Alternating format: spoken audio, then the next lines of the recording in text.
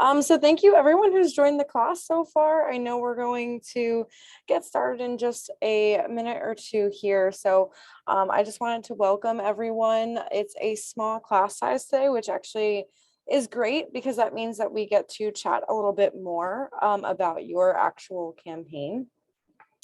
So I do want to just get started. I'm going to share my screen. So yeah, welcome everyone to our class today on how to run a successful online fundraising campaign. And today's class is all about creating an online fundraising plan designed to succeed. I want to just go ahead and take the next couple of minutes. And I want to ask you actually why you signed up for this course. Throughout this whole class today, at any point in time, you can raise your hand if you want to talk and engage with the content. So yeah, we can open it up now. If anyone wants to raise their hand, I can unmute you and we can just chat a little bit about why you're taking the course and any upcoming fundraising ideas that you have that you're really taking this course for. So I do invite you to raise your hand, or you can always answer in the chat. Why are you taking the course today? What do you hope to learn? What is your fundraising idea? Would love to hear from you. So I'm going to unmute you. Joel, Michelle, and Eric. Hey, thank you all for joining. So yeah, I wanted to spend some time just to get to know a little bit more about each of you. So why are you taking this course and what's your upcoming fundraising idea? Whoever wants to go first.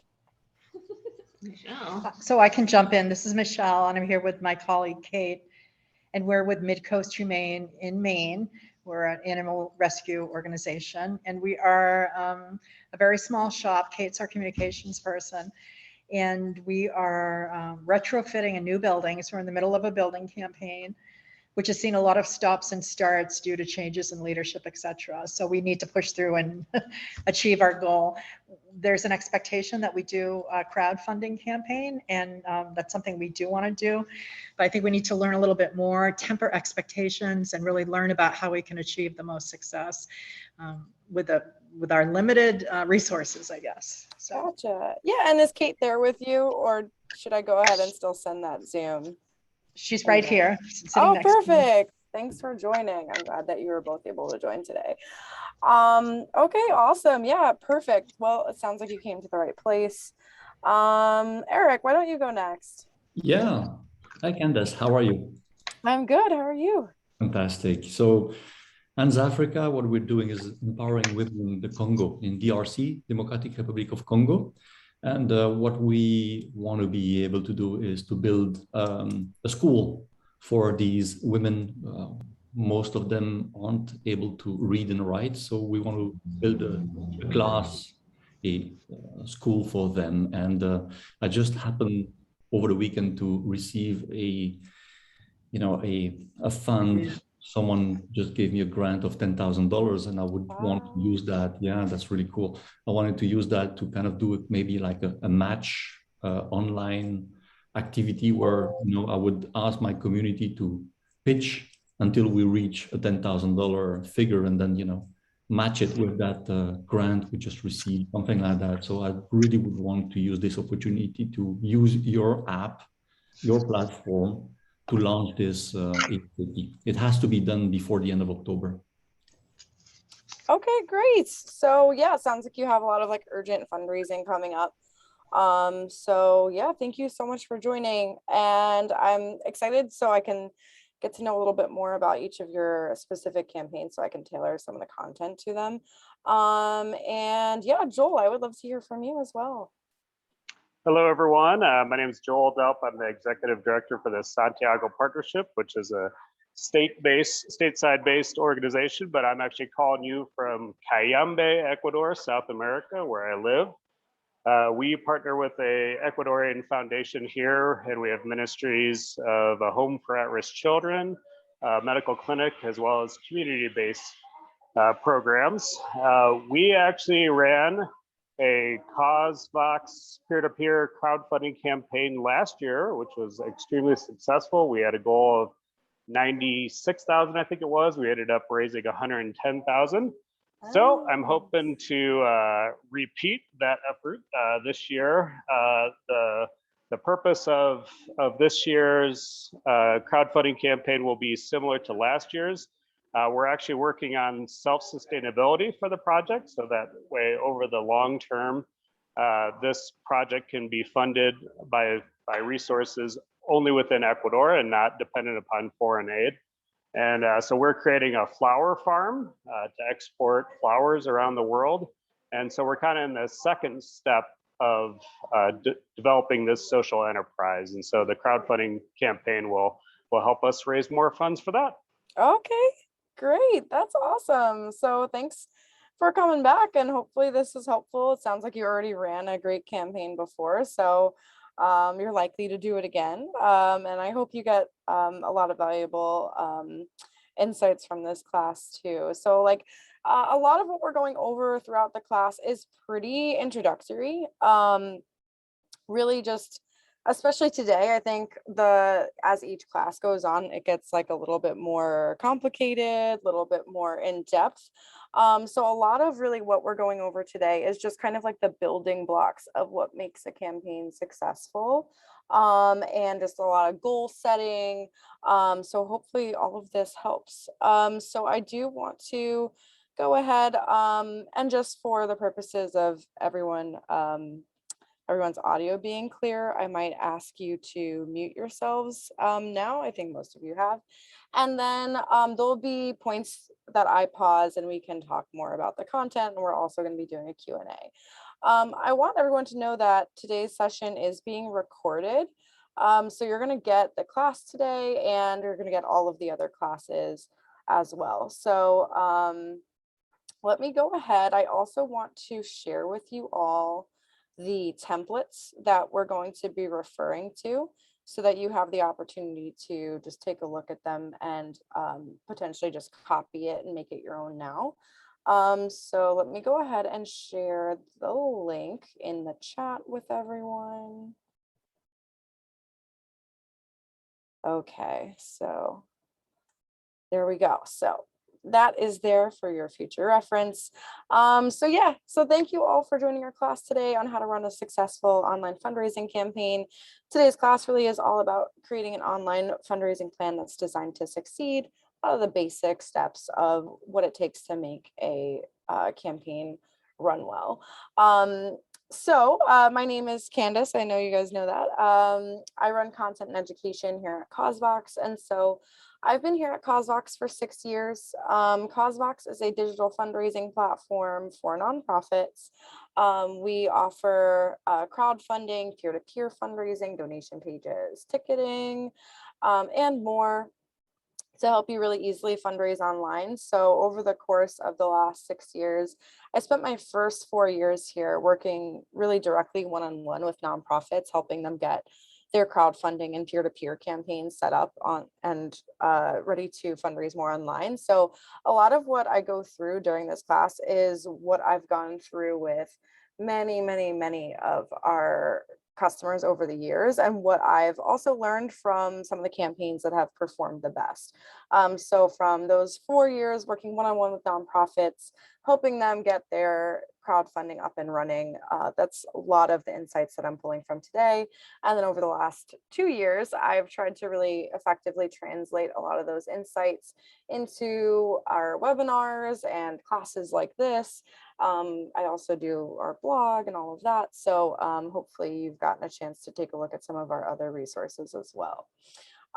So I'm excited that I got to know some of you here today a little bit more. This is just a quick look at our schedule. So you're all here for our class today, creating an online fundraising plan designed to succeed. So a lot of basics of setting goals that help you actually set yourself up for success later on. Class number 2 is going to be on Friday at 2 p.m. again. And that's going to be the comprehensive guide for creating content for your fundraising campaign. So while today is a lot about goal setting and structure, class number 2 gets into the nitty gritty of like actually creating a campaign and going deep into like what kinds of content actually drives action, how you can create a great fundraising appeal. We're going to be covering even video fundraising as well, you know, videos that you can incorporate into your campaigns. A lot of really practical guides for content creation. And then class number 3 is all about your campaign promotion plan. So I'm going to reference a little bit about promotion today just because I think it's important to at least, you know, kind of set the stage for that. But class number 3, we really dive deep into how to create an effective promotion plan that will help you get the widest audience possible for your fundraiser. So that's really what we're going to be going over. I am available if you have more questions that you don't get covered today, or want even a one-on-one consultation with me. I'm happy to do that as well. So want to make sure that you get everything that you need out of this course. So in addition to just the live classes, as I mentioned, you're going to get access to the recordings of class 1, 2, and 3. I'm also going to send out all the slides. So the recording for today and the slides, I'll send that out tomorrow. So you'll get that in your inbox. And so every business day, you'll just get it the day after each class. You also are getting that online fundraising campaign planning template. I actually just pasted that in the chat. If you want to take a look, you can go ahead and make a copy for yourself and start building it out. There's some examples in there as well to work off of. We'll be referencing some of those today. I'm also going to give you on our class on Friday a content creation checklist so that you're just kept on track with all of that amazing content creation, setting you up for success. I'm going to get you an example online campaign package. I think I accidentally pasted it just to the panelists. So sorry, let me go ahead and paste that in again. Thanks, guys. So there's the online campaign package. So I'm going to send you a bunch of links basically in tomorrow's email. So it just gives you some of the latest campaigns that I see performing really well. And I always feel like a lot of our customers get a lot of good ideas from just seeing what other people are doing. Of course, we'll be going over some examples throughout our class today as well. And then also included with the class, you're actually getting 1 month free of the CosVox Lite plan. So if you're not already using us, you're getting a month free with that. And so that's a $95 value. So just let me know if you're interested in taking advantage and we'll get you set up with that. All right, so yeah, our class agenda for today is an intro to online fundraising, just kind of going over some basics. Then we're going to get into creating your digital fundraiser plan. That's all of our goal setting. And then talking about some of the tools that you can use and then going into our Q&A. So let's get right into it. Let's talk about online fundraising. So online fundraising actually grew 32% in 2020. That's according to the 2021 M&R benchmark report. So that's no surprise in today's virtual world. It feels like even now there's still a ton of virtual events. There's still a lot of growing activity online. I think this is only going to continue to increase. And online revenue is now such a huge part of fundraising for organizations. So it's really important that you not just get started with online fundraising, but also do online fundraising well. And so one of the things that help you really do that and set yourself up, not for just one-time success, but really ongoing success, is really what we call the digital fundraising cycle. It's a repeated process that hopefully you're not just doing for a one-off campaign, but you're actually doing all the time to continue building a wider audience online by using search engine optimization, social media, digital advertising, and more to drive more people to give you their email address or follow you on social or whatever it is that you want them to connect you with, to connect to your organization with, just so that you're able to follow up and do a lot of nurturing. And so that looks like a lot of like email campaigns, just letting people know and educating people about your cause. There's a lot of storytelling involved, a lot of, maybe video sharing and engagement. And then hopefully once you steward those people who give you their contact information, keeping in touch with your organization, you can continue to actually then make an ask and hopefully get them involved in peer-to-peer fundraising, which we'll talk about. And then of course you want to continue this process of nurturing all of those donors so that you get to keep them for the long term. So a lot of this is really designed to be a repeatable process. Something that you not just do once for a fundraising campaign, but rather kind of keep in mind so that all of these things, if you're doing them already, it makes it even easier for you to run a successful campaign online. So I think one of the things that you can do is to just think about already what you have in place that you're attracting, nurturing, and converting donors online. So do you have a donation page? Are you driving people there? What's your social media look like? Just kind of take inventory of what you already have in place, because that can actually give you a lot of the groundwork that you're going to need later on. And so we'll go over all the actual promotion strategies later. I don't want to take too much time now. But really, when you have a great foundation for online fundraising, there's tons and tons of advantages to it. There's a lot of lower costs, especially in comparisons with in-person events, but also just even direct mail, you're still going to be drastically lowering your costs to fundraise. So on CauseVox, we typically see that it takes about $3 to raise $100, where events, it can cost between $30 and $50 to raise $100, for example. And because you're spending a lot less money, you're getting a much higher return on investment. And you are taking away administrative tasks. So with a lot of online fundraising, your focus is actually just exclusively on basically telling stories and getting people to make a donation online. Whereas with events, you're thinking about a million different things. Where are we getting the food from? Where's our venue? What's happening with this? So you're able to get rid of some of those administrative costs so you can spend more time on your fundraising strategy.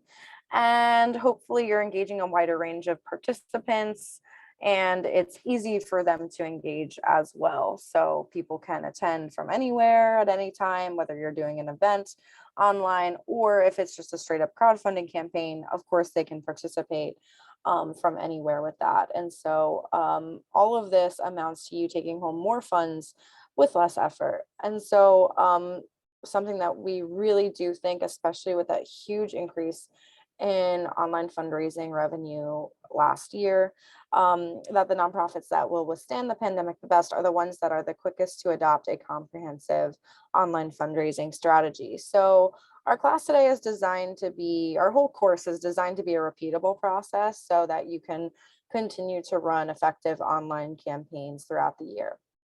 And there are so many different ways that you can do this, whether it's just, even directing people to a donation page on your website through emails. You can run more specific campaigns around Giving Tuesday. You can do virtual events and having, your online fundraising campaign alongside that.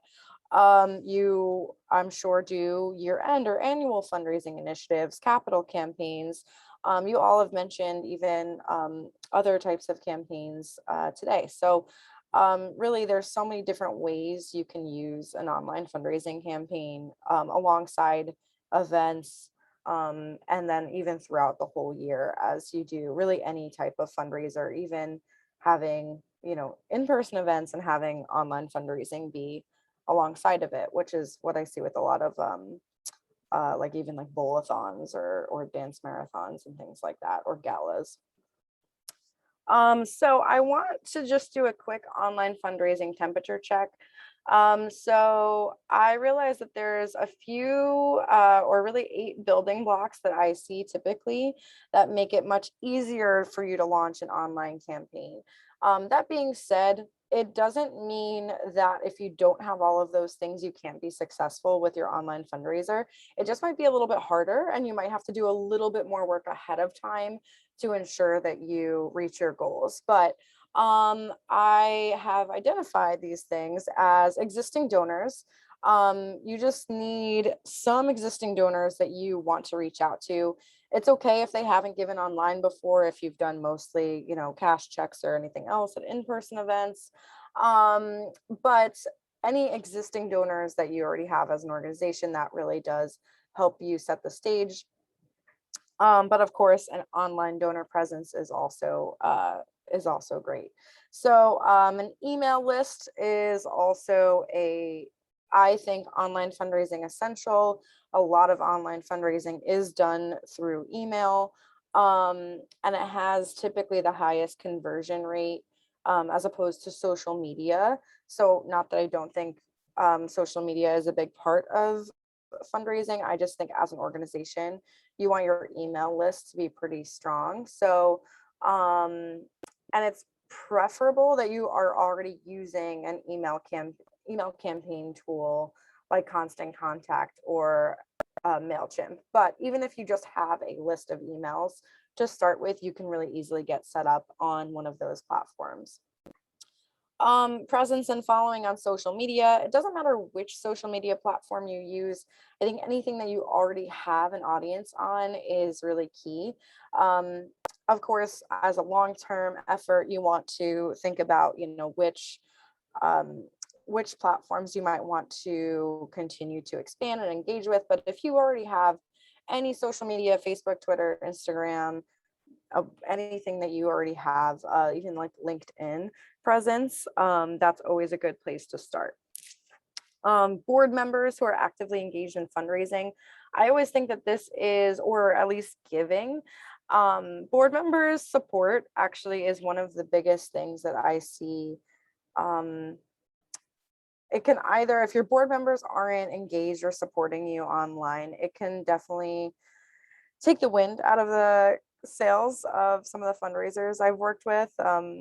But if your board members are engaged, where you can actually get them to either make the first donation to the campaign, commit to a match for the online fundraising campaign, or potentially even get set up and fundraise with you and for you and promote it through their channels, the more your board is involved, you just have that group of people to lean on to help you really make your online fundraising successful. If you have a volunteer base, those are great people to tap to both share and engage online, potentially even fundraise for you.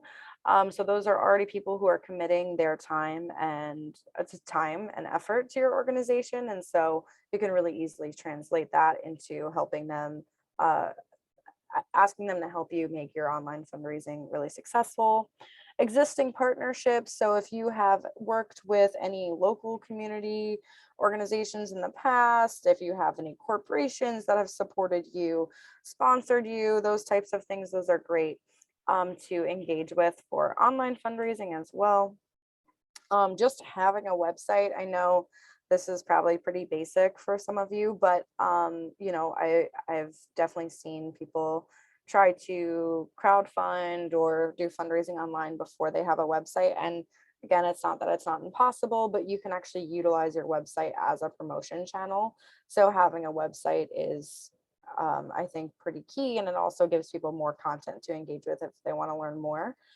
And also just other groups of people you can rely on. I know there's some membership-based organizations, or maybe you're a school and you have students you can engage with, if you have networks of churches or that type of thing. So just kind of any other groups that you can think of. And all of these things help really set the stage. So hopefully these are things that you have some, if not all of.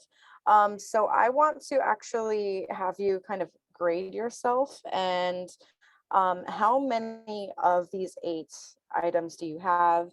And I would love to hear from you either in the chat or if you want to raise your hand, and we can talk about, which of these, about, how much of these things you already have in your back pocket.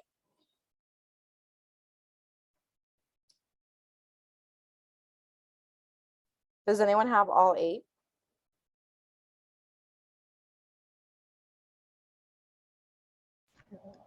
Are we open? Yeah, Oh, I think we probably have 6. that's great. No, so which ones are you missing? I'm curious. Our board is in transition, so I would not say they're in transition, but I think they could get excited about this. We've got a very small board. What else are we missing? The other groups. Yeah, I think the other groups, but probably if we thought about it, we may be able to,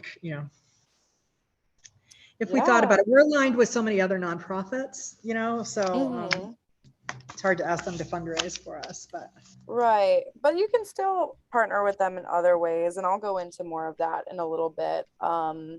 So that's cool to know. And so Eric says he has all 8, which is exciting too.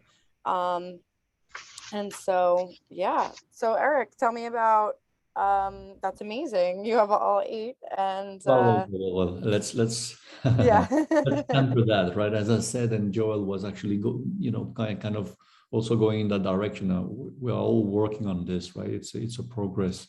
Mhm. It's always in progress, but like to the point number 2, which is an email campaign tool like Constant Contact or MailChimp. That is definitely something that I need to work immediately on. I do have an email list that I clearly regularly update, but I'm not really making this as professional as I should. All right, so that's clearly something that I'm always happy to hear more about. Yeah, absolutely. And I can definitely go into, more specifics of getting set up with all of those things. And so I think if you're starting with any of these things, you're in a good place. So whether you have 3 of these things to rely on, or all of them, I think there's always ways that you can grow your engagement and grow um, these things. But if you have any of these things, you're already starting from a good place. Um, so I just wanted to have that just kind of background temperature check to see really where you are. So an action item for you is to maybe make a list and map out how many of those fundraising building blocks you have and kind of any of your like where you are with them. Consider your status, if there's things that you want to grow, hurdles that you have to engage, whether it's yeah, your board's in transition. What are 3 things that you can do to at least have some of your board members involved, or maybe that's just something to keep in mind, that you might not have your board involved for this campaign, but maybe for the next one. So I would just go ahead and make a list of your building blocks and consider how many volunteers or donors and board members and all of that you actually have to engage at your disposal. So the more that you can attribute specific numbers and counts to each of those things, that's great. And then just think through which areas you need to grow in, and maybe identify some next steps. Like maybe your next step is to sign up for MailChimp. So all these things can really help you get the ball rolling, and so that you're set up and that you have the structures in place to launch a successful campaign when you're ready to. Okay, so now that we talked a little bit more about kind of the backdrop of online fundraising success, let's talk a little bit about online fundraising campaigns themselves. I wanted to go through the anatomy of an online fundraising campaign. So it typically looks like a branded online fundraising site where you have a specific fundraising goal and you're tracking progress towards that goal with an end date attached to it. There's usually a lot of content to engage with. Typically I see a video. Images are always really nice as well. If you don't have a video, or even if you do, having more images and even graphics on the page. The appeal, of course, and we'll get into crafting that appeal next week. An easy donation form on the site, making it easy for people to give to the page. This also usually includes suggested giving levels. And again, we're going to go over, creating those levels next week as well. Easy sharing options on the page itself should be easy to share on social media. And there's usually a donors listing. So a list of who's recently given to the campaign that people can, see and engage with. If this works particularly well, it's for social proof. So people go, oh, I know Sally, they gave $100. I'll probably do the same. So yeah, and then sometimes with online fundraising campaigns, there's also personal and team fundraising, like Eric mentioned, he did before too. So I just wanted to give you an example here. This is a crowdfunding campaign from the Hebrew Free Loan Society. So they did their coronavirus financial impact loan fund. This was like an emergency style campaign so that they could quickly fund more small business loans. So you can see they have that $650,000 goal. They have 10 days remaining. They have 100 donors who have given to their campaign. You can see all of those metrics there easily. It's all nicely branded, which is a nice touch. And then instead of a video, which they just didn't have at the time, what they did is they took a really nice picture and included a quote from one of the small business borrowers that they've supported. And so that works, almost as well, really, because you can really hear and see, if you're not hearing the impact, but you're seeing the impact for yourself. There's an easy donate button, easy share tool. So all of that is already part of the template here. On the left, you'll see there's their fundraising appeal. I really, really love their fundraising appeal for a lot of reasons. One of my, just even the headline, your generosity makes a difference for New Yorkers in need right now. There's a lot of things that are eye-catching about that. It calls me to interact with it. It's very specific about, this needs to happen right now, and I'm helping New Yorkers in need. And then even from there, it's not a ton of content. It's actually pretty short and it's easily digestible, which is great. So there's a strong call to action to donate today, so that I can make a difference. And then on the right, there's another content section. This is the CauseVox template. This is not necessarily every crowdfunding or online fundraising template, but we have that other content section on the right. We call it the sidebar, and you can add more content there. And then there's those recent donors at the bottom of the page. Pretty simple framework. And then for a different approach, I wanted to show you also Summit Assistance Dogs.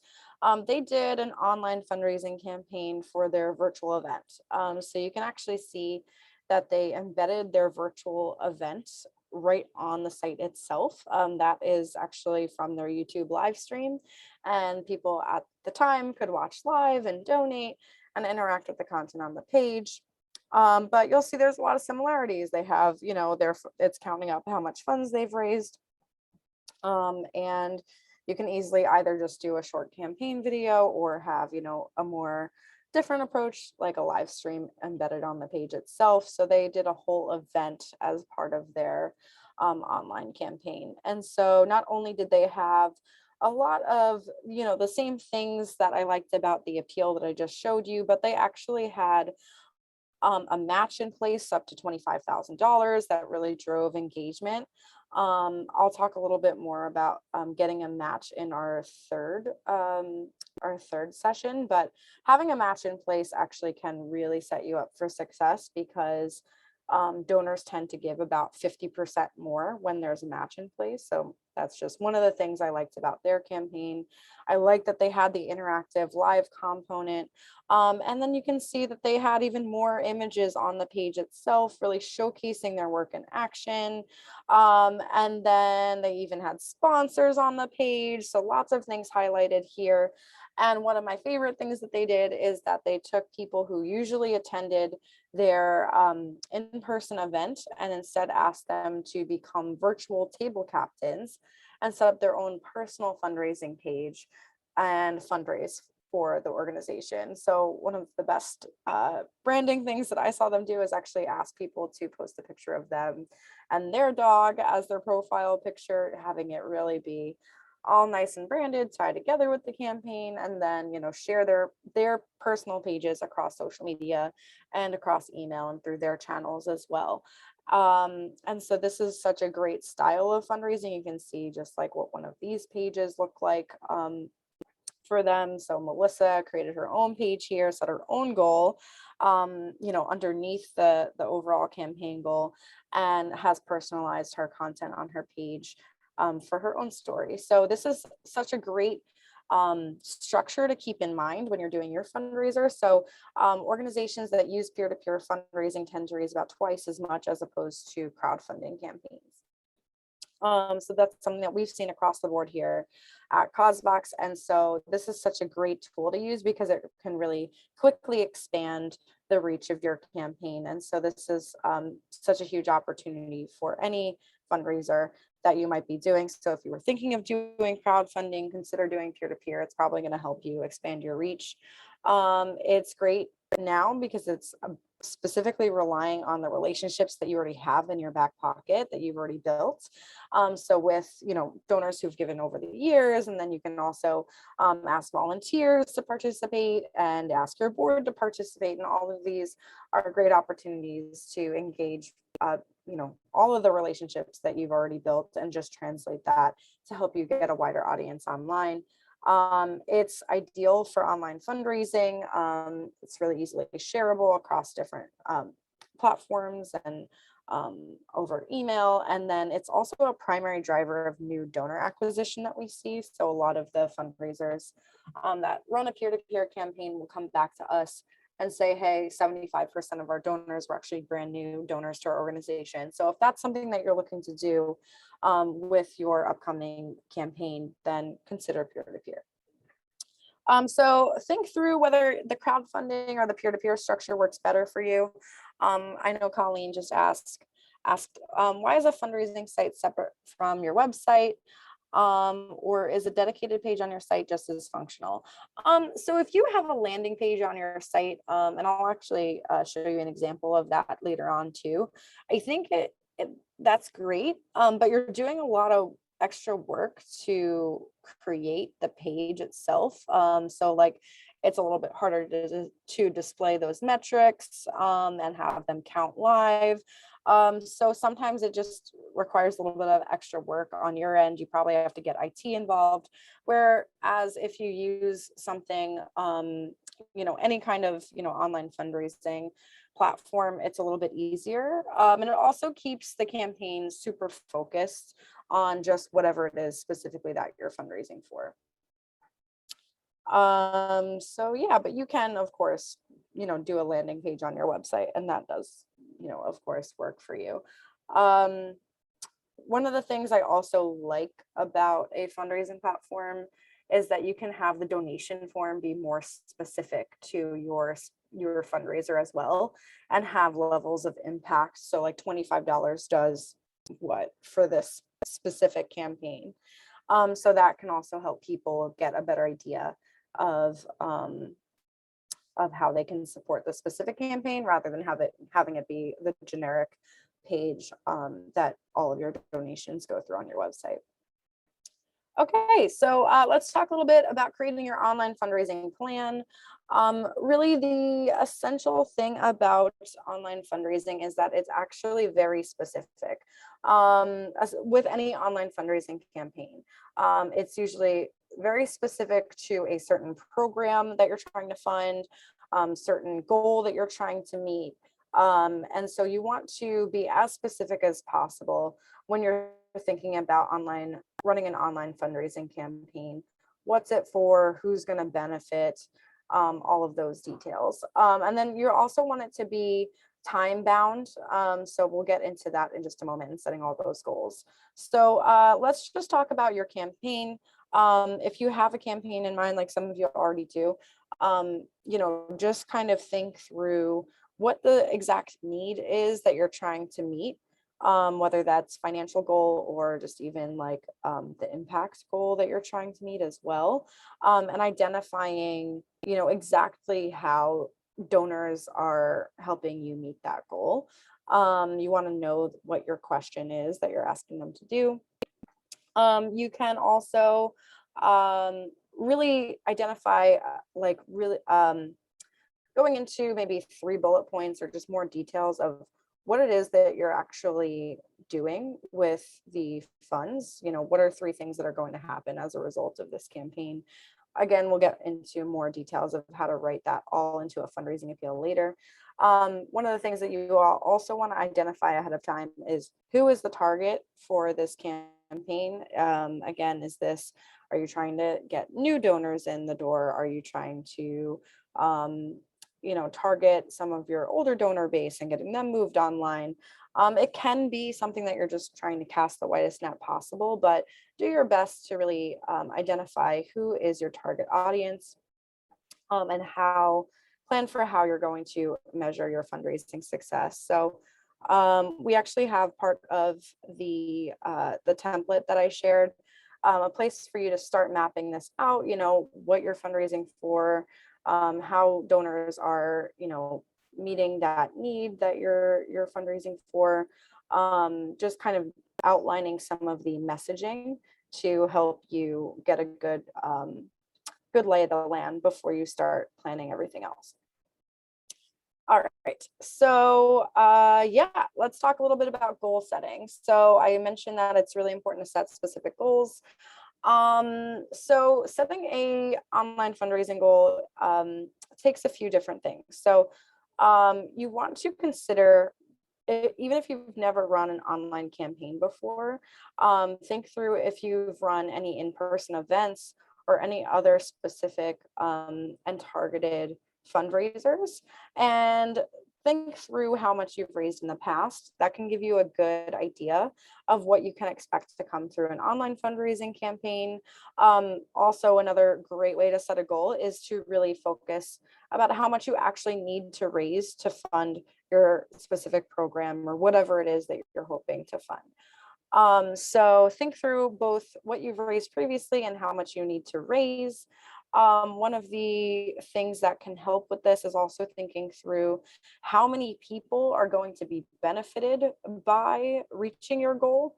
That will help you set an impact goal and be able to better communicate that goal to your donors as well later on.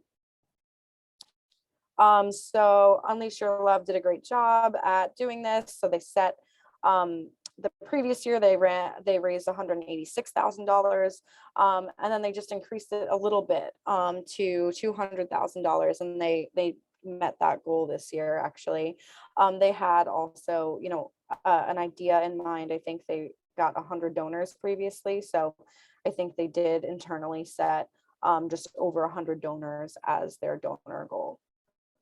And so that's just, really simple example. If you've raised funds online previously, increase it about 10% and just see how it goes. That's a really good framework to set a goal. If you're doing peer-to-peer fundraising, you also want to be really specific about how many people you think you can get to fundraise. That's why I mentioned earlier, try to map out, how many volunteers you have, how many board members you have, how many repeat donors that you have to engage in peer-to-peer fundraising, and just think through how many of them you think will participate. You can probably bet that not everyone that you reach out to is going to fundraise for you. So maybe set a goal of, let's get 10% of our repeat donors to sign up to become peer-to-peer fundraisers, and then you have a better idea of what to expect. And so let's also, when you're thinking about peer-to-peer, you also want to think about how much you want each individual to raise. This can really help tie into that overall goal and help you track your progress towards that goal. So if you know that you have 10 people that are raising $100, hopefully you can bet on that $1,000 coming in. That's like the simplest way to expanded, but hopefully you have a lot more people fundraising and they're raising a lot more. Do you want teams? So teams are also groups of peer-to-peer fundraisers that are fundraising together. This is those, potentially churches or students or other groups that you have in your back pocket that might want to fundraise together. And so as a group, they can also not only create their own fundraising pages, but also fundraise in groups and organize themselves that way. And then also thinking through, if you are doing peer-to-peer fundraising, are there going to be any incentives around that? And if so, what are you incorporating? I know you can do something as simple as just a participation certificate. I've seen that done before, and that's actually worked really well. People were excited about their certificates. But you can also be doing t-shirts or physical prizes. So just kind of keep that in mind, and also keep budget in mind as well. You don't want to spend a lot on your incentives. Let's also go over timelines. So you want to set a specific timeline for your campaign. So I'm just going to, a lot of people ask me what's the ideal timeline. Of course, it's particular to your specific needs. If you need funds by a certain date, that's a great end date to set. However, I also see a lot, maybe the majority of campaigns are run between 4 and 8 weeks on CauseVox. I suggest about a 6-week campaign. And we're going to talk a little bit later about doing a soft launch. So usually I see the soft launch is the first 2 weeks where you're just getting some support ahead of time. And then for 4 weeks, you're doing a hard push to your wider audience to fundraise. So that's what I see most of the time, but you also want to think through what specific time frames work for you. You also want to consider how long it's going to take to set up your fundraising campaign. On CauseVox, I usually recommend people take around 2 weeks to set up their page, not because it actually takes that long, but a lot of people are also working on content in the meantime, but hopefully with this class, you'll have all of that content ready in no time and you can just plug all of that in. But even so, you're still going to want to be careful that you set up your campaign the way that you want it. So that usually takes about 2 weeks. Let's talk a little bit about challenges or activities. With a lot of online fundraising campaigns, you can incorporate a challenge or activity into it. One of my favorites is the Little Black Dress Initiative. So the Junior League asks their members to wear a black dress for 5 days straight, all the while they're fundraising. And they wear a pin that says, "Ask me about my dress." And it really is to raise awareness about poverty in their local areas, because a lot of women that don't have a wide wardrobe selection just go to that black dress for everything. So I love the way that they tied in such a kind of creative activity, something simple that their fundraisers can actually participate in, and then also tied it into their fundraising campaign. And it's worked. I've probably seen about at least 50 of these campaigns, and a lot of them have been massively successful. So you want to think about your challenge. Are there any simple challenges you can have your fundraisers engage with? This is really, really great because it gets people not just engaging with dollars, but also engaging in raising awareness. And also when you challenge people to do something, it actually makes people way more invested. So this can look like a social media challenge, really something simple, take a picture and share it on social media, or it could be something like, maybe a virtual hike-a-thon where people go on their own hike or go on their own walk.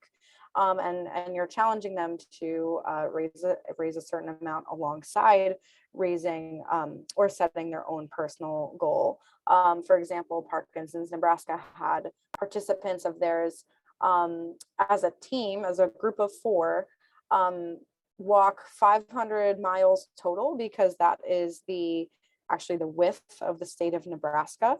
So it's just a really fun way to get people involved and moving, and then also fundraising at the same time. And so, but it can be anything. So Do you want for their challenge? Is it something that's a specific time? Is this more like a virtual event where everyone's doing a 5K at 11 o'clock on a certain date? Or is this, you know, something that they can do on their own over a period of time? You know, that's just something to think about when, you know, you're thinking about your challenge. Are you having them do a specific goal for their challenge or a specific task for their challenge, like the little black dress initiative? Or are you letting people kind of choose their own challenge? That also works really well. People like Duradash, for example, they just said, you know, commit to doing, I think it was like 100 minutes of activity, and people just did whatever activity they wanted to do, and then, you know, made it all personal and to themselves.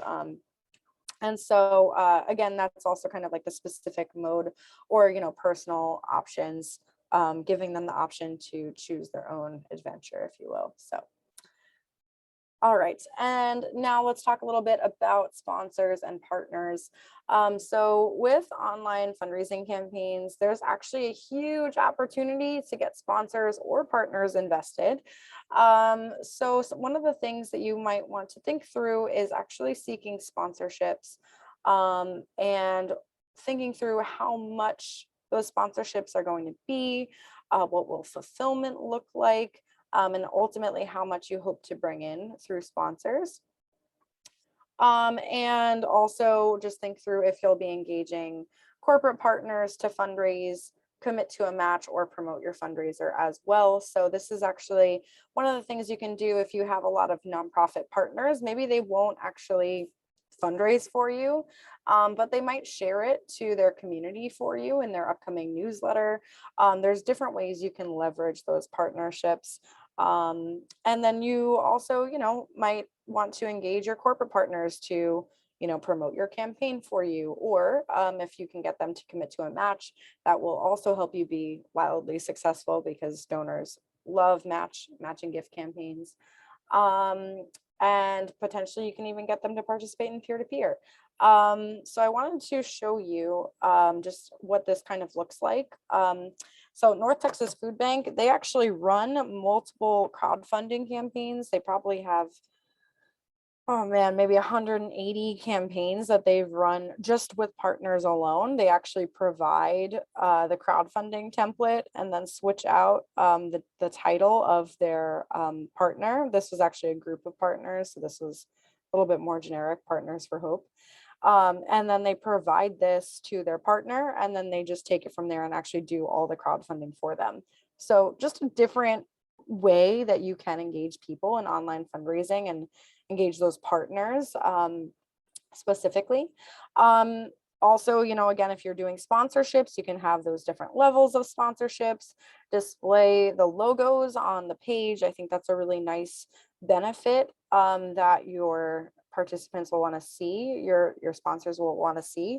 And I also included this example from Parkinson's, Nebraska, where they actually laid out all of the benefits that their sponsors were getting from participating in their virtual event. So not only is it like links on the website, but they're also getting social media shout outs. They're doing a live stream, so they gave them a 30-second spot to talk about the company in front of their audience, and then they even were sending people t-shirts. So that's just like a few ideas to how you can really engage those sponsors. Okay, so then really all of this is helping you just plan all of your goals so that you're set up to succeed. So you want to think through all of those goals, overall goals, if you're having any participants and what you want them to raise, if you're doing any activities as part of it. It does really get people invested personally, instead of just making a donation and walking away. And also, you know, thinking through what that timeline is going to look like for you. As I suggested, 6 weeks is usually a sweet spot. And, you know, thinking through if you're going to be engaging sponsors and partners.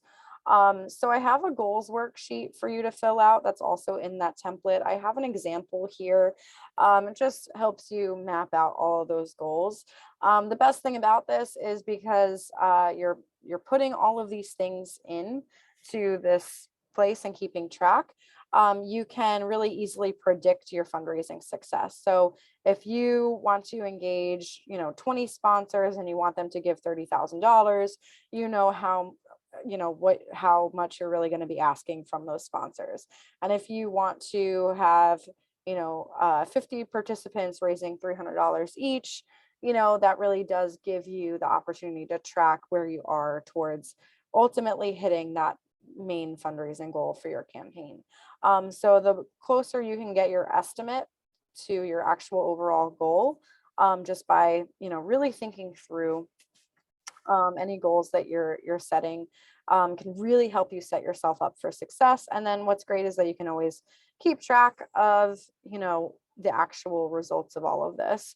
And throughout the campaign, maybe you want to come back once a week and just kind of update this along the way, and then you can really keep track and see, are you behind, are you ahead, really where are you in your process of meeting all these goals. You can always also set other goals. So I always like a number of donors goal and a number of new donors goal.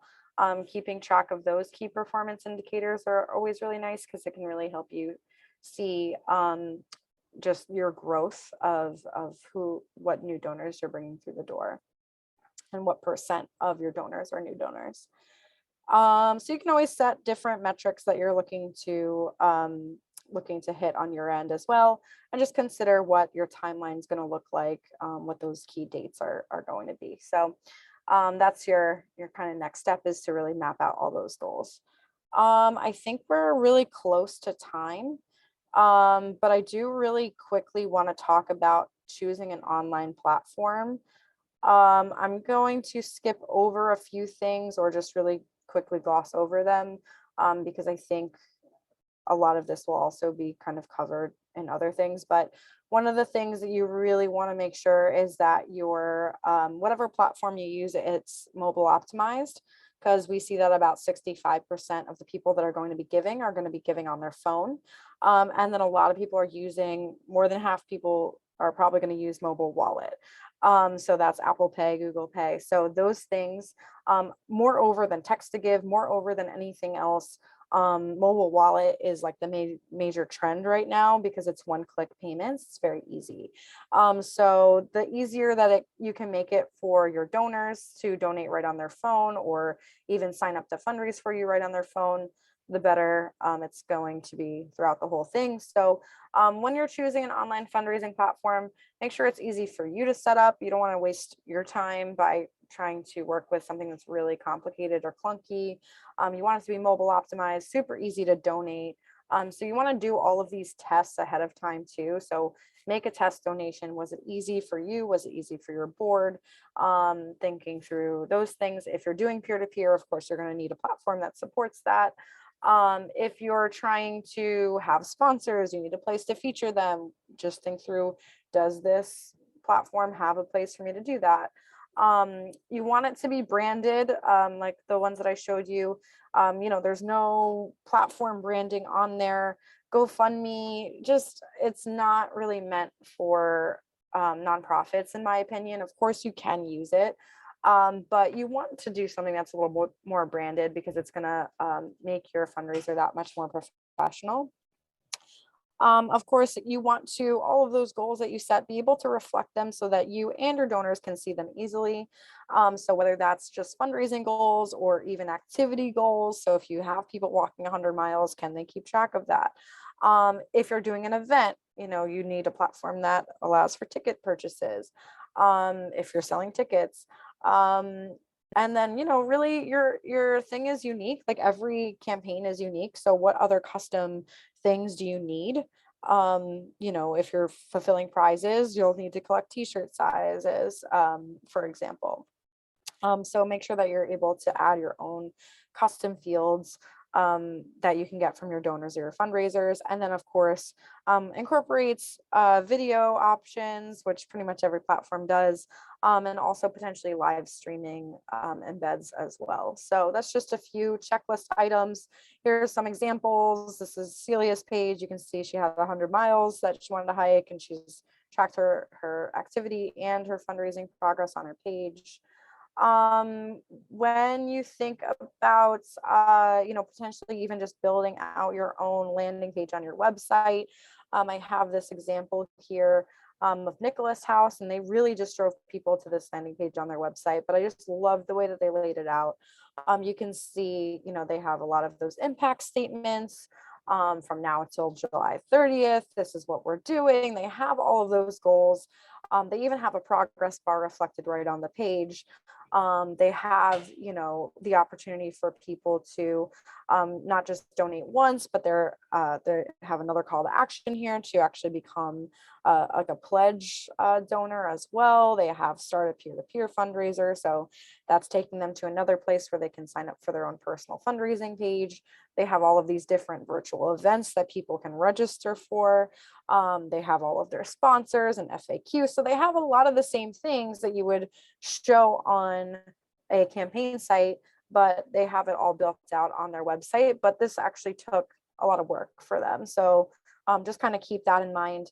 If you want to do something that's more like this, it's probably going to take a little bit more time to get up and running. So that 2 weeks turns into a month, maybe a month and a half to set up a page like this. And you're going to have to get IT involved. So I always say when you're running a campaign, just make it as easy for yourself as possible.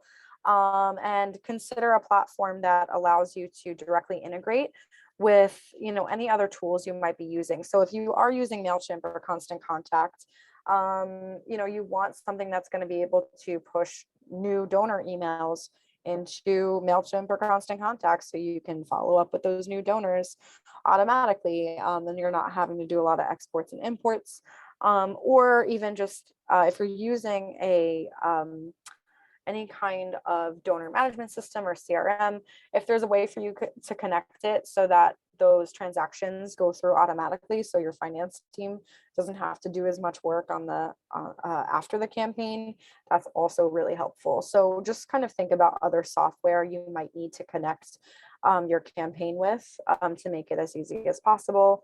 And there's also always you can just run it through your website. So that's all the content that I have for today. I know we ran a little bit over, so sorry about that, but I would just encourage you to access that template. You can make a copy of it and start building it out for your campaign. And then class number 2 is going to be on Friday, and that's all about creating really, really high quality content that is going to make your fundraisers successful. We'll go over all the content that you need in a big long checklist so that you can really prepare everything ahead of time and cut down that setup time in half or even a quarter of what I mentioned, so that you can get a campaign online in just a few hours. And then 28th, we're going over all the campaign promotion strategies so that you can get the most out of your audience. So yeah, I know again that we're kind of over, but I'm happy to chat. I don't have anything to do after this, so anyone that wants to chat with me and just go over any questions, just raise your hand and let's get chatting.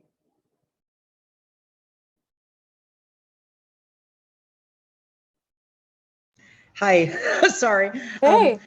Since you mentioned you had some time after this, I'm curious about a few things related to CauseVox. Would you have a few minutes to chat with me? Or Yeah, absolutely.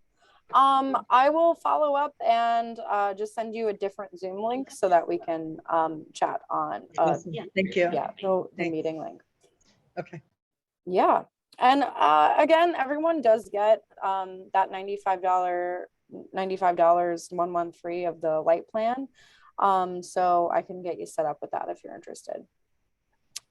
And Cameron, clearly interested into that. I mean, obviously setting up that month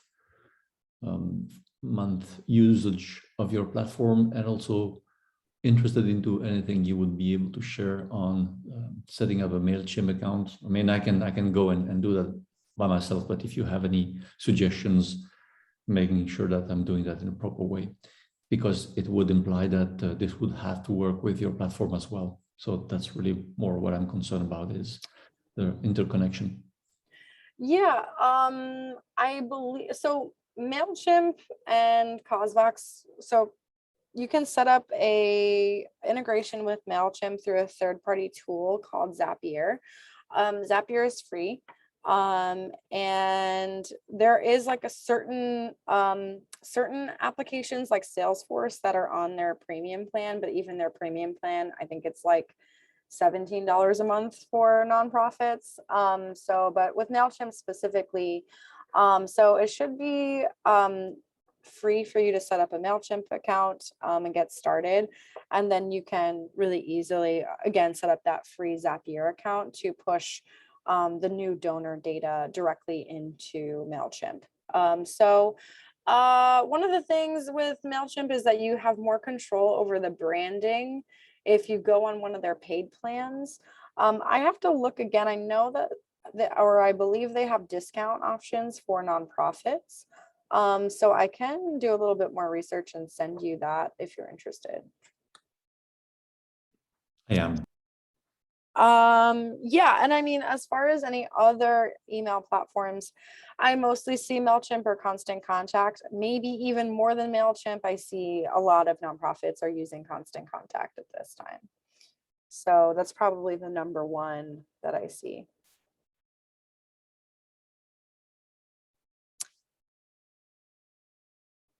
All right. Yeah, Joel's gonna run. And yeah, I mean, really, MailChimp and Constant Contact both work with the platform equally well. So there's not really one that's better than the other in that way. But, you know, I see most nonprofits that use us tend to use MailChimp. I'm sorry, most nonprofits that use us actually tend to use Constant Contact. But either way, they have a lot of overlapping functionality. Yeah, okay, great. I think that's it for today. Looks like some of us are dropping off. So yeah, again, I'm around if you have any more questions. We can always set up a one-on-one as well. And I will see you all on Friday. Thanks for coming to class today. Appreciate it. Thank you. All right. Yep, thank you all. All right, Michelle, I'll follow up with you. All right, take care.